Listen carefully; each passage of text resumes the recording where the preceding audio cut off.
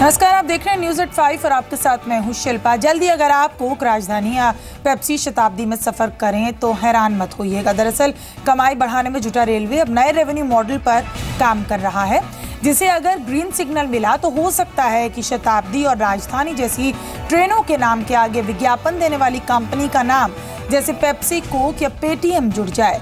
नई पॉलिसी के तहत ट्रेनों के अलावा रेलवे स्टेशन के नाम के जरिए विज्ञापन कर पैसा कमाया जा सकता है। शुरुआत में इस तरह के ऐड के लिए राजधानी और शताब्दी को चुना गया है और इसे बाद में दूसरी ट्रेनों पर भी लागू किया जा सकता है।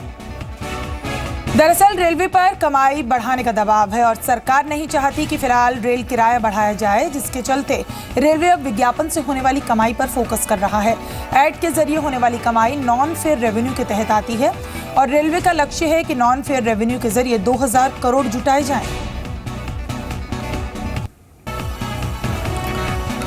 तो लगातार हम आपको बता रहे हैं कि रेलवे पर अपनी कमाई बढ़ाने का लगातार जो दबाव बन रहा है, तो रेलवे भी जरिया निकाल रही है कि किस तरीके से अब रेवेन्यू का साधन हो। हालांकि ऐड के जरिए जो होने वाली कमाई है वो नॉन फेयर रेवेन्यू के तहत आती है और रेलवे का ये लक्ष्य है कि नॉन फेयर रेवेन्यू के जरिए 2000 करोड़ जुटा लिए जाएं और नए रेवेन्यू मॉडल पर यहाँ पर रेलवे काम कर रहा है। और समीर हमारे संवाददाता हमारे साथ जुड़ रहे हैं। समीर, रेलवे कैसे इसे अपनाएगी और इससे फायदा क्या होगा?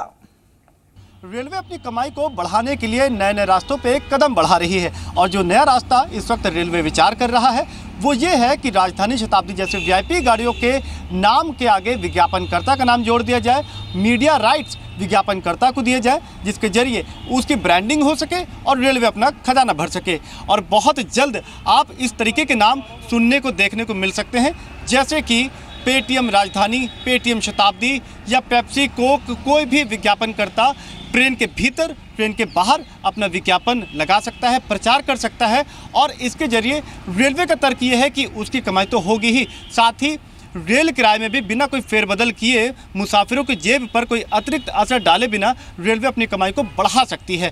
दरअसल रेलवे का लक्ष्य ये है कि नॉन फेयर रेवेन्यू के जरिए 2000 करोड़ सालाना वो अपनी झोली में भर सके और इससे फ़ायदा रेलवे के इंफ्रास्ट्रक्चर में सुधार तो होगा ही होगा, साथ ही रेल यात्रियों के किराए में भी कोई फेरबदल करने की ज़रूरत नहीं पड़ेगी।